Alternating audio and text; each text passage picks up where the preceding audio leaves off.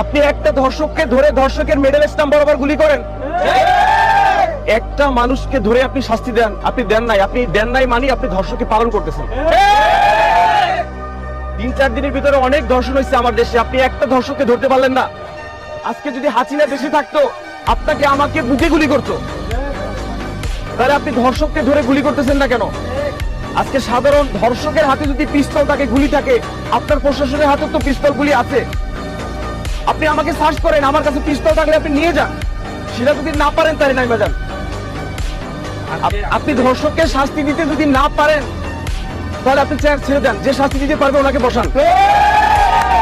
আমার দেশের মা বোন যদি নিরাপত্তায় না থাকে, আজকে আপনার মেয়েকে ধর্ষণ করলে তো আপনি কান্নাকাটি শুরু করে দিতেন ভাই। তাহলে আমার দেশের অন্য মেয়েরা যে ধর্ষিত হয় এটার কি কোনো মূল্য নাই? তাদের মান সম্মান নাই? তাহলে আপনি খুঁজতেছেন না কেন? আপনি একটা ধর্ষককে ধরে পিলারে টানাচ্ছেন না কেন?